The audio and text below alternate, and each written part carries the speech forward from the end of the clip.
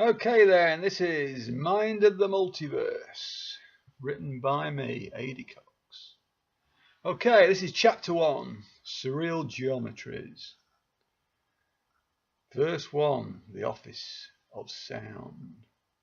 It is explained to a group of us that the corridors were designed to be a donut shape, so that sound can resonate well in these old buildings.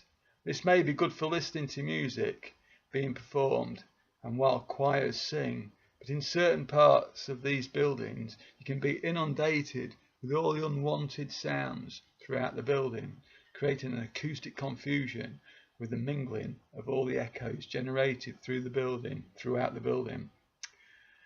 Verse 2, a lesson in magnetism. There is a group of us all stood outside this rubble of a building, looking into where our instructors are instructing us. There are copper coins, but they are not real copper coins because we magnetize the coins together. I make a right-angled triangle of coins magnetized together, and then I inspect it by unpicking the coins one by one. There is a little French lad in front of me, and an instructor is picking on him. This French lad cannot do right for doing wrong with this instructor. Old man Cripsey. It is with uncomfortable amusement to me that the instructor threatens the French lad. He reprimands him with his sharp tongue, and the old man Cripsey walks around behind the French lad, who becomes more and more intimidated the closer that the instructor gets to him.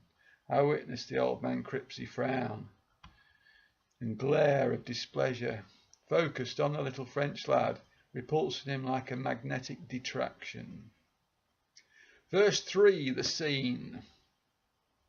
People wanted to know details about a bridge, and the police force, who were represented by this man with a megaphone, were shouting out the details. People came rushing to get the details, but only the first person to arrive got the details, because people wanted to know. But on giving the details across, they were fumbled and the details tumbled, and the people were unhappy as to how the details were handled. We were on the bridge during the whole time. It was a pedestrian bridge with ramps either side. What the bridge was going over is a bit unclear as it was foggy, but I think that it might have been a river. This is probably one of the details mishandled by the police. I was an observer in this scene. I was not the police and I was not the public rushing forward for details. It was a young lad about 20 years old who arrived at the police first, followed by some woman. The fumbling between the lad and the police was represented by a square which was about an inch square, and as it tumbled down through a model of the footbridge. You could see in the public's eyes that they were annoyed. It was a silent disgust aimed at the police through the eyes of the public, who were indignant. As with so many other details, there was much more to this story that has been unremembered. What has led up to this scene has been unremembered.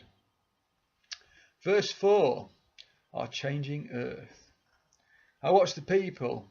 I can see how the people have changed around me as I interact with them. And I know for sure that the earth is changing because I can see the corner of the people who have changed. I am looking at a geometry. There is a point in front of me to the right. There is a horizontal line that runs from this point and infinitely to the left.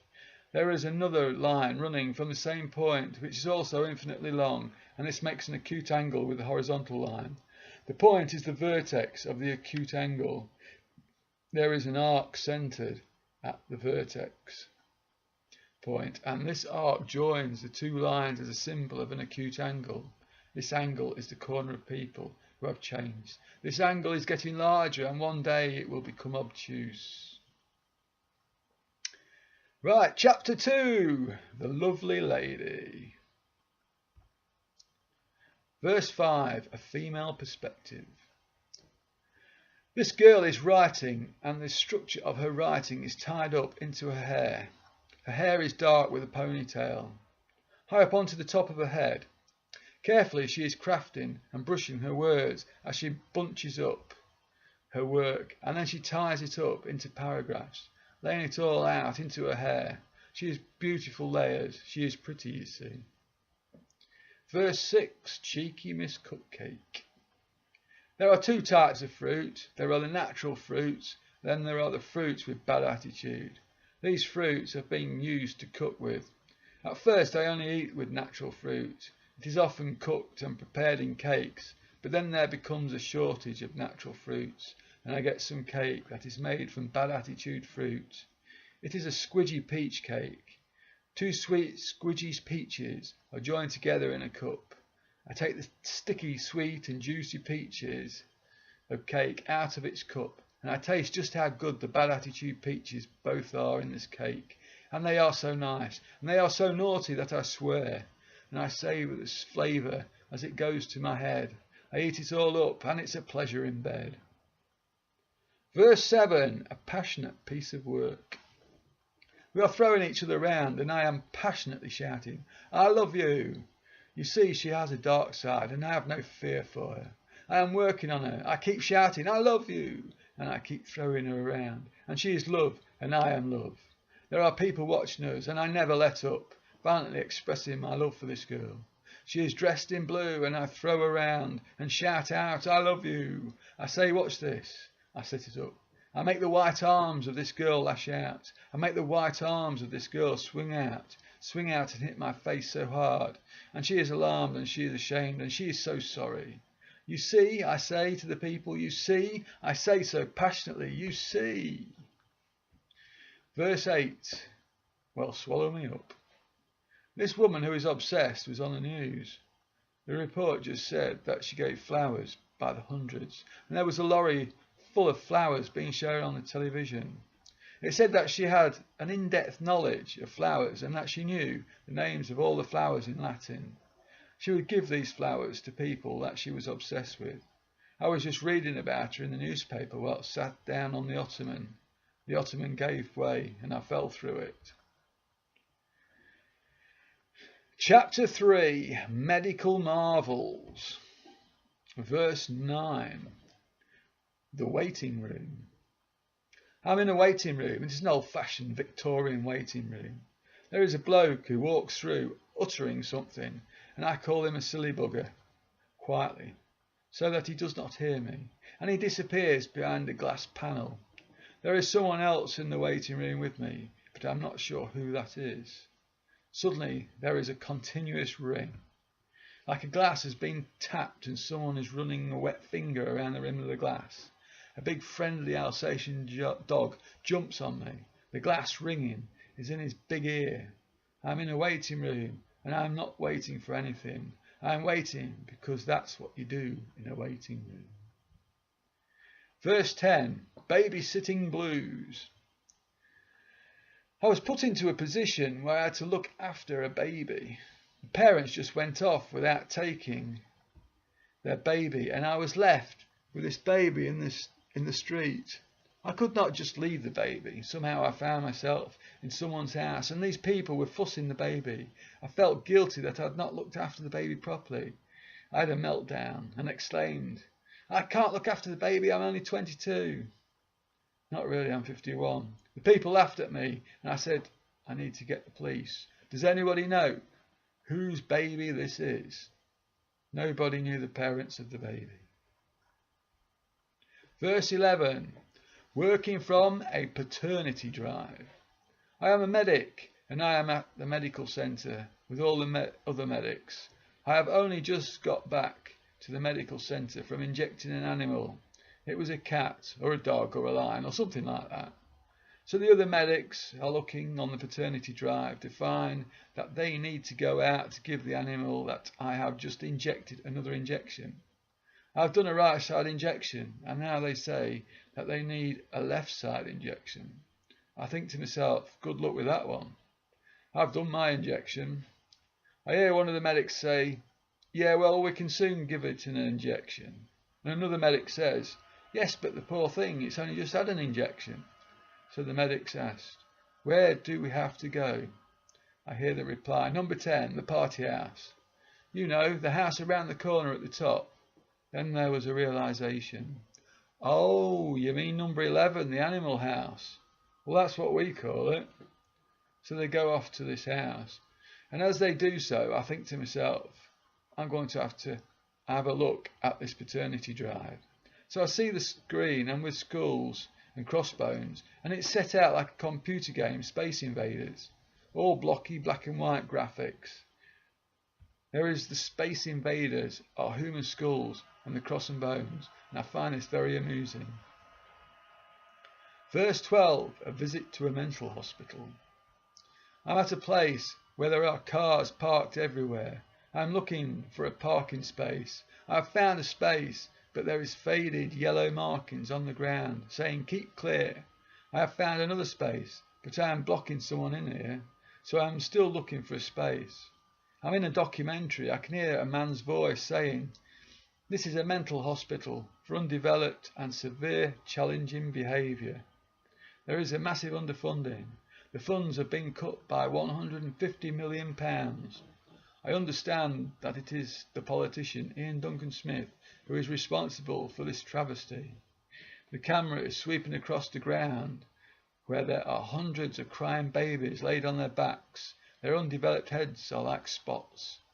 I am thinking, who would come into life like this? What sort of soul? I am listening to the commentary, and I am startled to hear him say, there is a new species with 3 brains and 2 frontal lobes in each brain. The camera is zooming in, and I can see a baby with a head, and it is looking around very alert with a serious expression of intelligent understanding.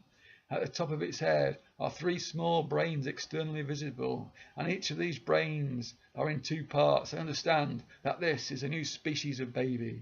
I am trying to empathise with this baby, but it is all very strange. My imagination is in a scary new place. Verse 13, quite.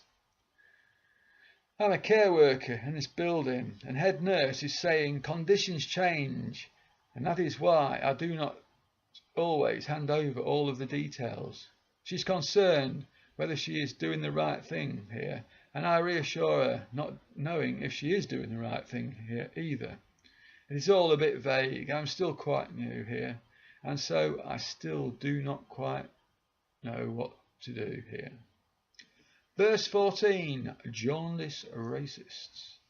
I'm in a hospital, and someone has colour-coded it. It has been colour-coded to make it more interesting.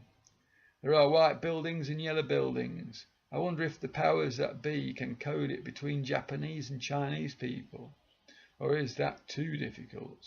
I get the feeling that this colour coding has similarly been done before, and yet when I think back, I do not remember any colour coding exactly like this. Verse 15, the merry dance of the wheelchairs. We are in the forest, and the earth has been disturbed. We are marking everything that we do into the ground, every which way that the wheelchairs and clients go, and it is colour-coded, red, yellow and blue. I am very confident that I know how to do this marking down into the ground and colour-coding, and I am watching someone else doing the marking and colour-coding for a wheelchair and client. It is not quite right. She's taken her time and the colours are more black and white, but I know how to do it. And the earth has been disturbed. We are in the forest. Chapter 4, Traffic of the Little People. Verse 16, Freaky Car. I'm walking home. It is a long walk home. I cross a road and get to a path on the other side, and as I am walking down this path and I see a car coming towards me, I am wondering, is that car on the road or on the path? I cannot make it out, and first then I see that it is on the path and it is coming towards me. Next I am wondering, is that a full-size car or a miniature car? I decide that it is a miniature car, and by this time it has nearly reached me. So I walk to the side, and the miniature car redirects itself towards me, as if it wants to run me over. So as it reaches me, I jump onto its roof.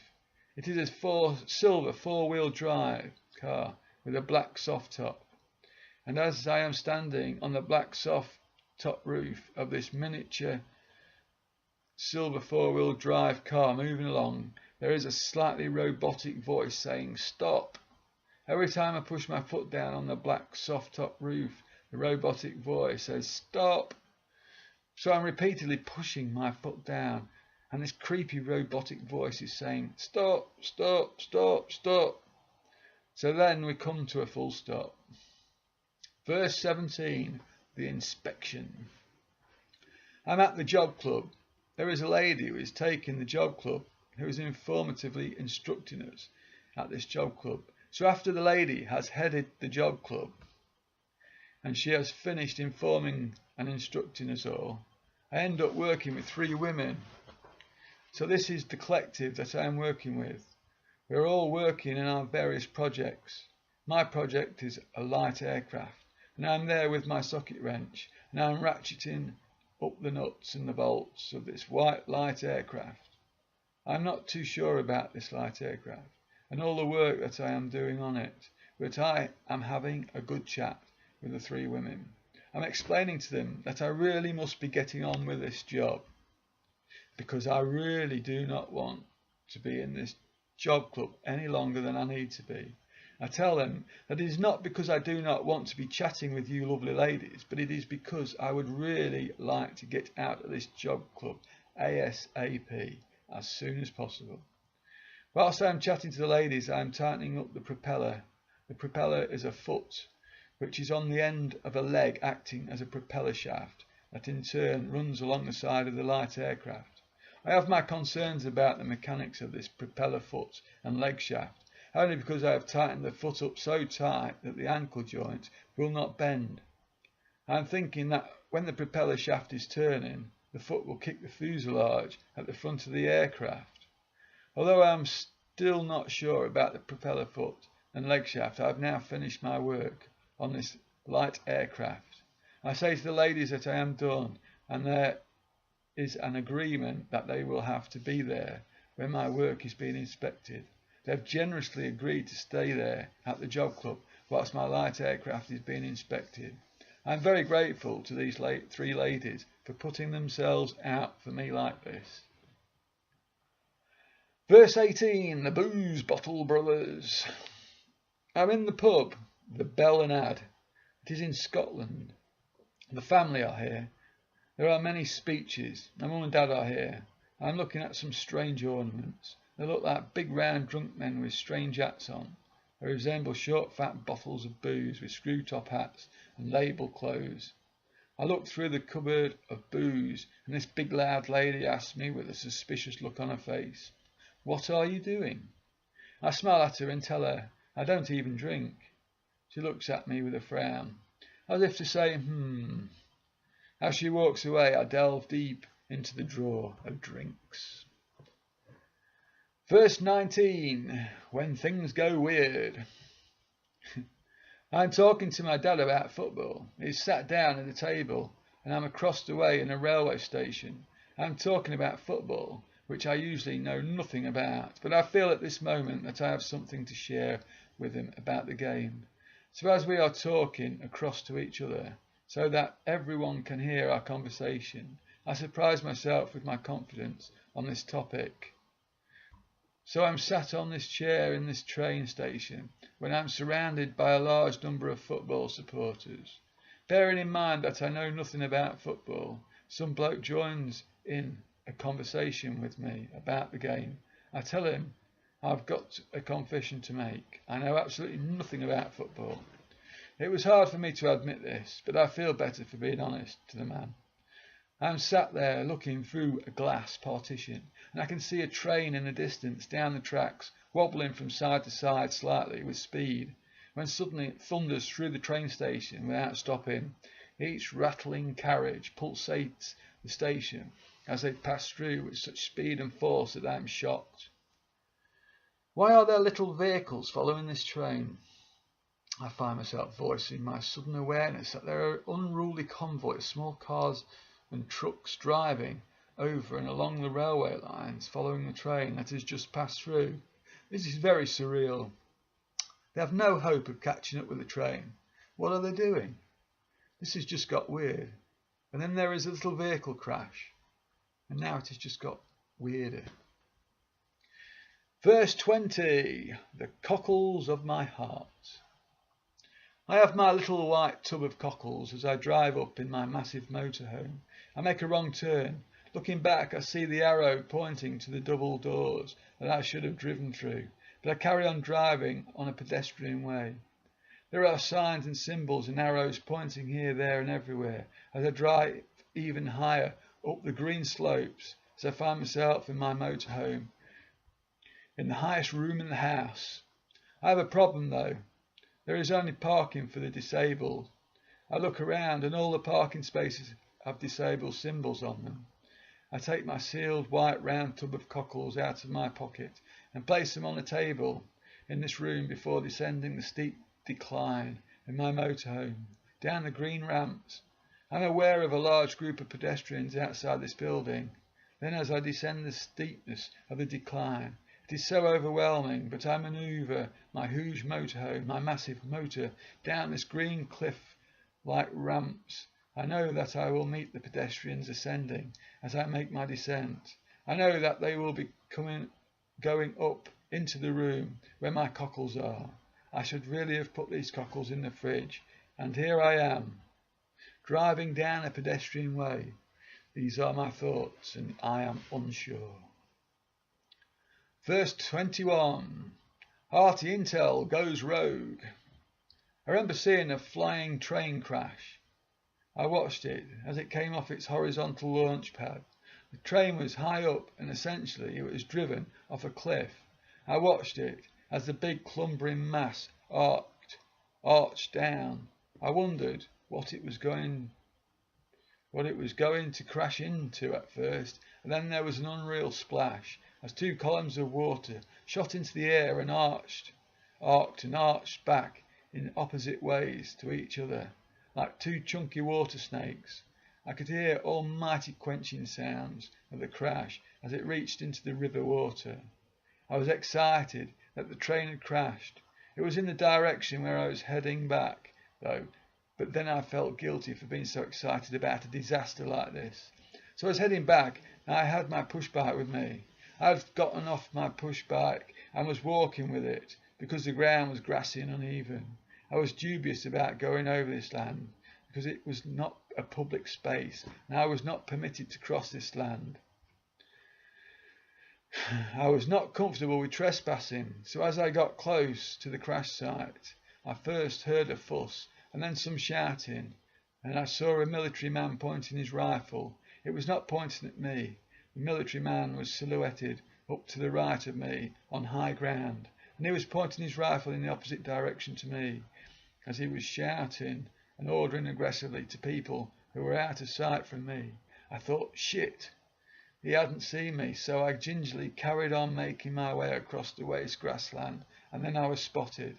Before I knew it, I was intermingling with other people who were being rounded up, and I, like these people, was reluctant to go in the direction that we were instructed to go.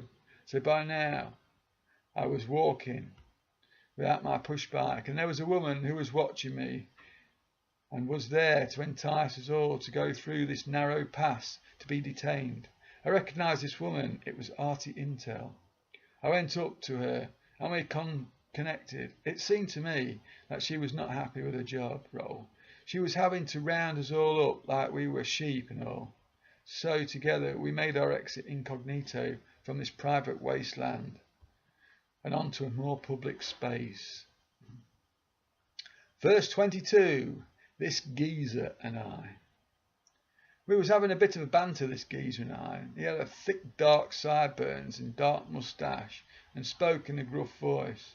We were slowly chasing each other in old-fashioned gangster cars and coming up with catchphrases. He came up with, "Don't chase me round again," and I came up with, "Don't say those words again." There were others there too who were also involved. It all came to head when this geezer, who I've never met before, pranged his car. The next thing I know, the pavement is opening up and he drives himself and his car under his house. I watch in detail as the pavement closes back up and seals back up with a 6-foot-high house wall. With that, I'm on my own. Everyone has gone and I wake up. Chapter 5. Security Services. Verse 23, egos and motives. We share out the money between the three of us, and although we all have a thick wad of note each, I can't help but feel that I have been shortchanged. I'm in this car with a thick wad of notes in my top pocket. We are the Tories. There is the Prime Minister, Boris Johnson, and myself. The Prime Minister is in the back of the car with me. Boris Johnson is the driver in front of the car. He is turned round towards us as we are getting a briefing from the Prime Minister. All I want to do is to get out of this car and to get on with my job. But the Prime Minister just goes on and on and on, prepping us up with his talk. And then all of a sudden the Prime Minister concludes with, "Fucking love the attention." Verse 24, top secret mission. There are three of us, and we have travelled in the back of a lorry to get to an undisclosed destination. There is Ivan Teller, myself, and someone else who is unknown to me. We are there so that Ivan can meet some beings. Ivan gets briefed on what to say to the beings by our unknown travel companion. As Ivan is going to head off to the beings, someone jokes by saying, "Recite some Morrissey to them." This makes me laugh, and I say, yes, that will cheer them up. I see Ivan smile as he walks off.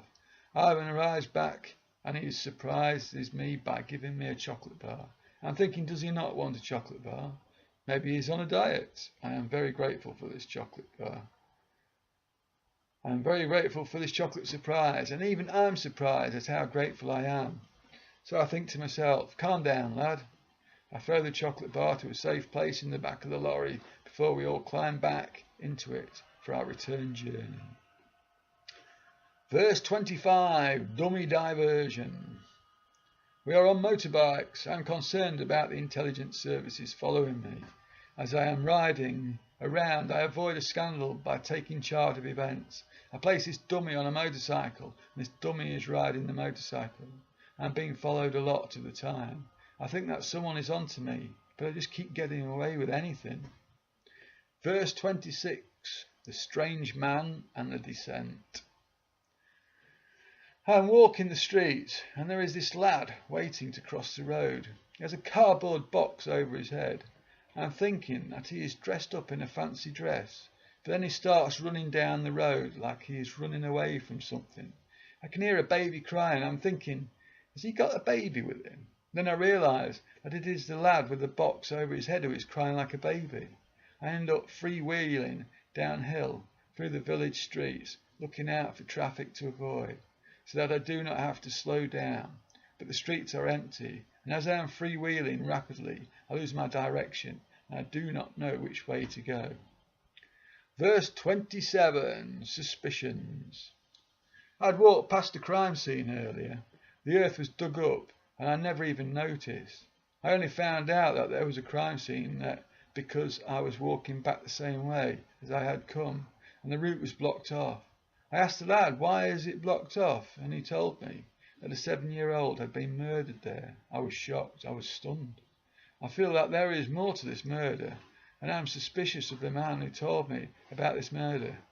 But I am the one who has been at the crime scene before it was discovered.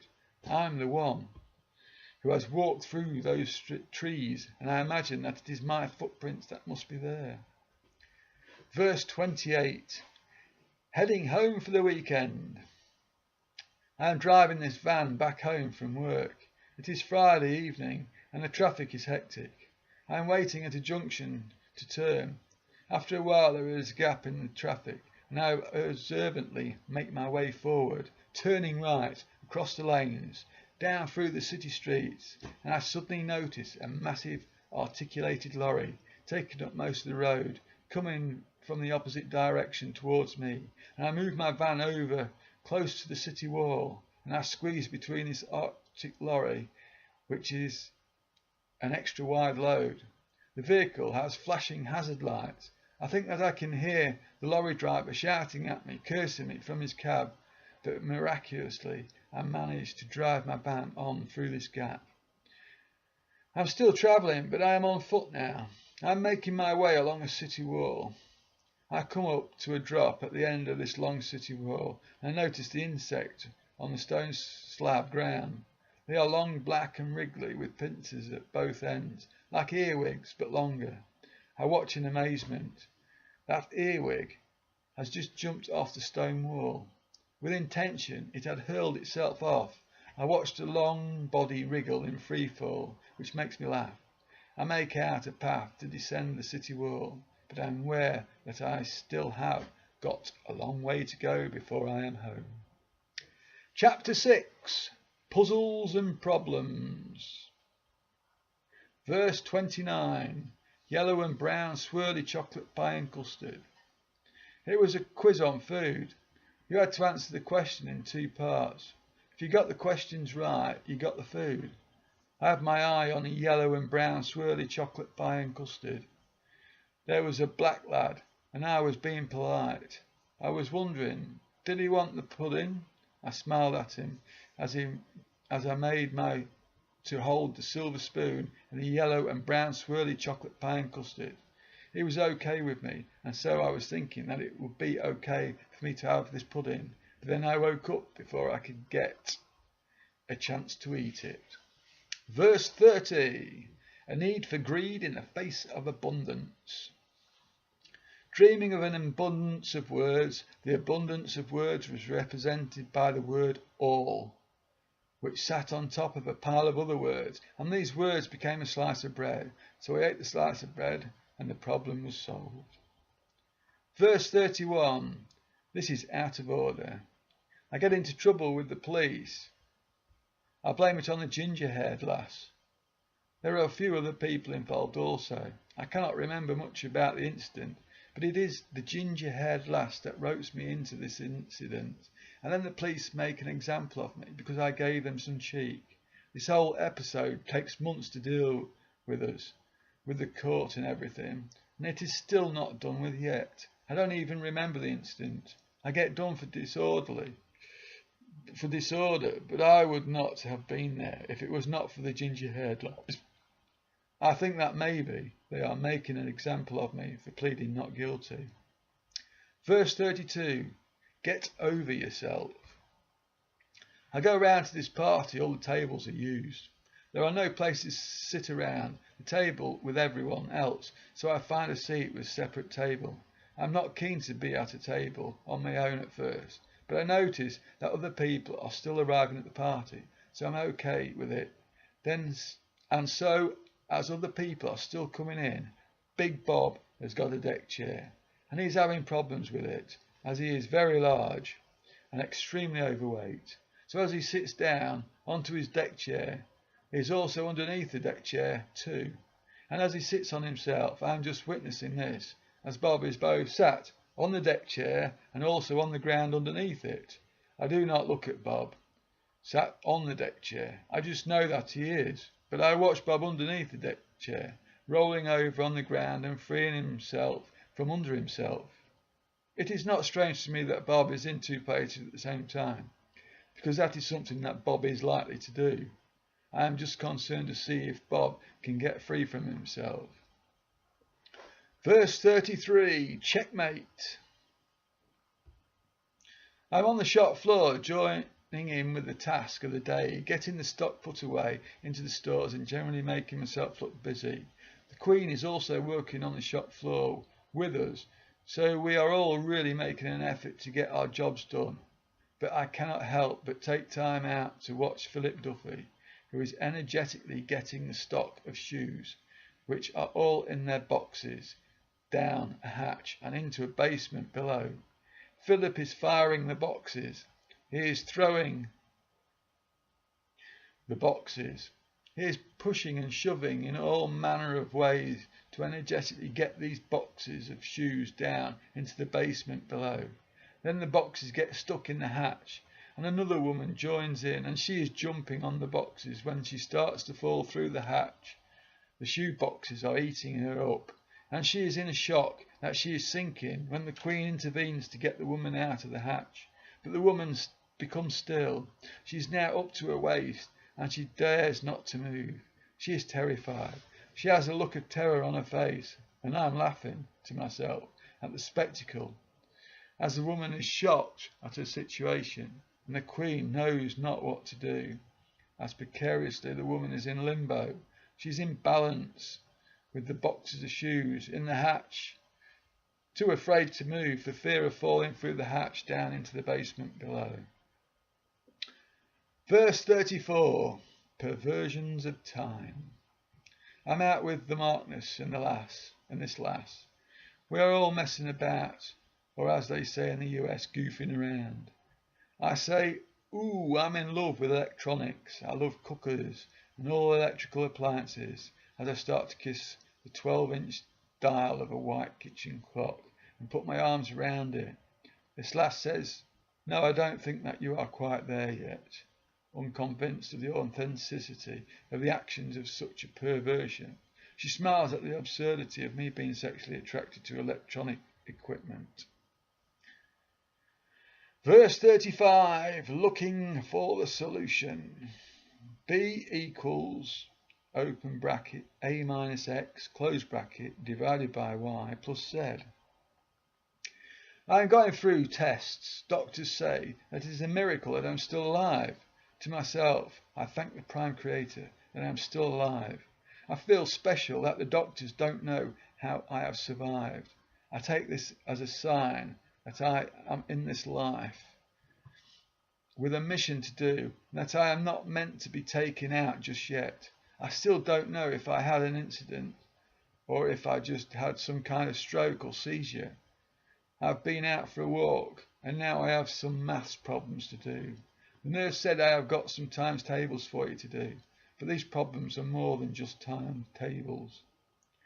If person A is X years old and was Y times older than person B Z years ago, then how old is person B now? Chapter 7, a new level of insanity. Just am. This is verse 36, just am. Hello, I am just am. I am the entity who lives inside your mind. I am thousands of years old. I am here to meet and to greet you now. My memory belongs on earth. It is an extension of your mind, and you will find that you know so much more now. You see, I search for the knowledge of why I am here, and I see that I just am. Verse 37, I cannot tell myself. I am looking into the future of this timeline that I am at right now. And yet there is nothing that I can explain about it, just that I can see the rest of my family in this timeline. There is more to this than I am telling myself, maybe because its multidimensionality does not translate into this linearity of this human experience that I am in. Verse 38, slices of time. I am walking along with some beings and I am in a strange place, but I keep walking through my awareness, which is aided by the ascension of the earth at this moment. This is not the only walk that I can remember, as there is a great deal of both spiritual and extraterrestrial help for me at this time to be more aware, and so my memory has become so much sharper. Verse 39, Bashar's Big Board Adventures. I am with a lad called the Markness and some lass who I do not know. Walking through the streets, we are all chatting, but I am missing the cues because of my age. I am lamenting about this to them in a joking way as we walk through the streets. We come across this house surrounded by high brick walls. There is a ladder that we climb up. As we all stand at the top of this ladder, resting up against this high brick wall, there is a big board that the Markness takes hold of. The board reminds me of a for sale sign, and it has a picture of teeth on it.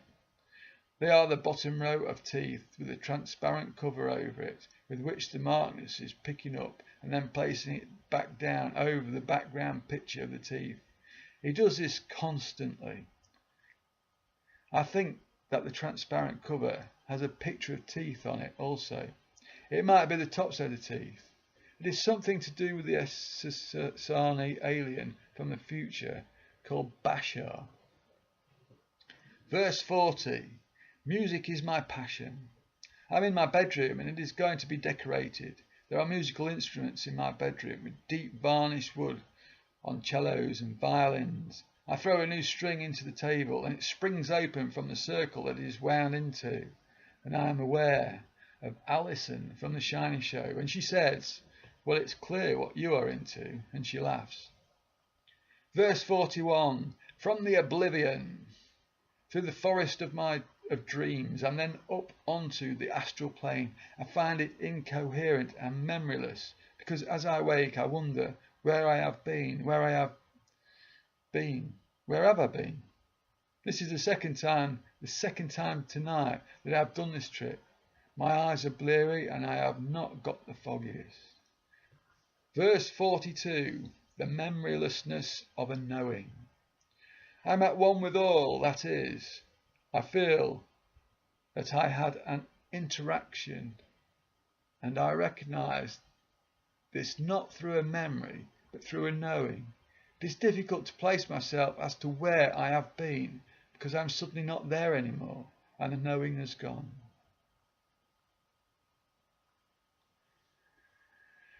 And that's the end of my little surreal novelette. Thank you very much for listening, if you have been.